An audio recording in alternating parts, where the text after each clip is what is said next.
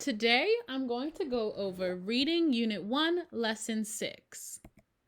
Our learning target says, I can stop and think, why did the author do that? And how did the author do that? Let's get started. So, friends, we have already learned two tools for our reading tool belt. The first one we've already learned about is stop, think, and retell. And remember, that means after we read a few pages, we want to stop, think about the details we read, and then we should be able to retell the story using our 5-finger retell. We should be able to tell the setting where the story took place. We should be able to tell who the characters are.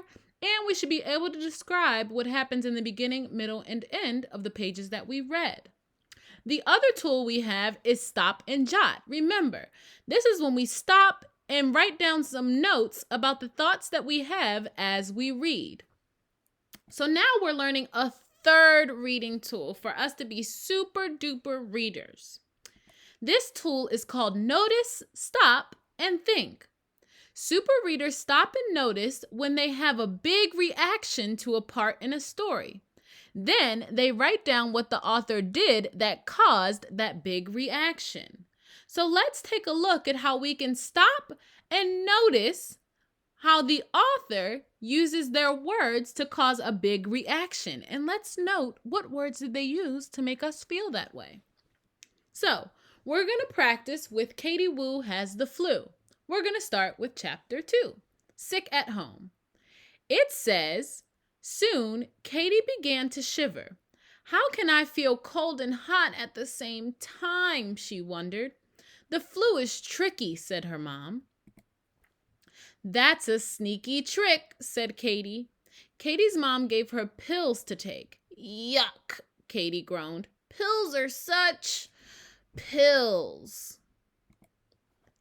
Katie fell asleep and had a bad dream. She dreamed she was a polar bear who lost her fur. She shivered and shook. So friends, Miss Anissa's going to stop here, and I want to stop and notice the details the author put on this page. I'll read it one more time before I tell you what I noticed. She says, Katie fell asleep and had a bad dream. She dreamed she was a polar bear who lost her fur. She shivered and shook. So I want to notice, stop, and think. When I was reading that page, I realized that this part made me feel sad because I don't like having bad dreams. The author made us feel sad because she described how the polar bear lost her fur and described how the polar bear was shivering and shaking. So the reason Miss Anissa felt a little sad when she read that is, one, I don't like bad dreams. And also, it's sad that that polar bear didn't have fur. And the author made us feel that way by putting in the details about the bad dream and about the polar bear. So that's what I noticed when I stopped and thought. Now, let's continue reading. And again, I want you to notice if there's a feeling that you get as you read the text, and then how did the author make you feel that? What did she put in the text to make you feel that feeling? So it says, when Katie woke up, her mom read her a story. It was about a girl with hair so long she could jump rope with it. Her dad sang her a happy song. Katie drew a picture of the flu bug flying away from her.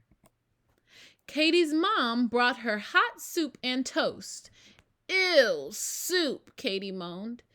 Ew, toast, I'm not hungry.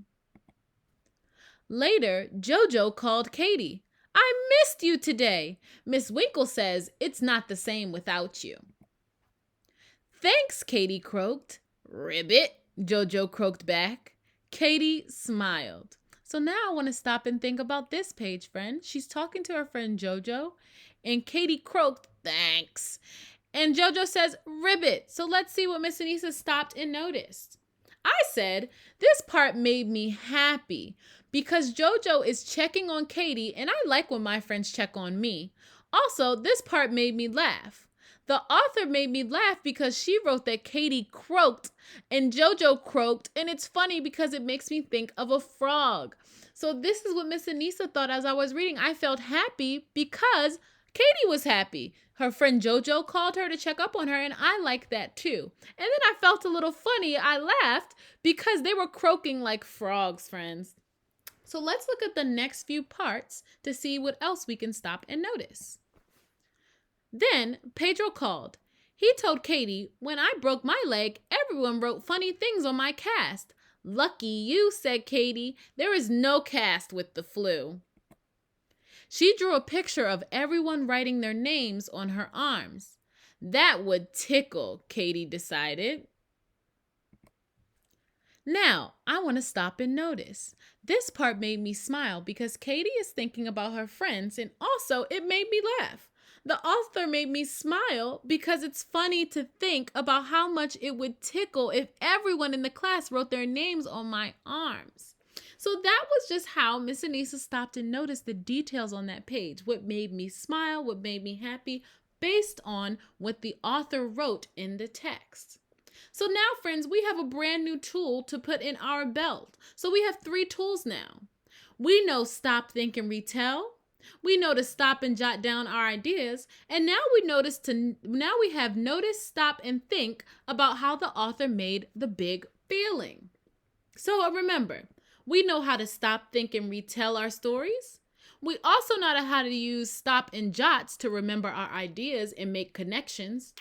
And now we know how to notice, stop, and think about what the author is telling us in the text and how that makes us feel. Now you're going to do some practice on your own. Have fun reading, friends.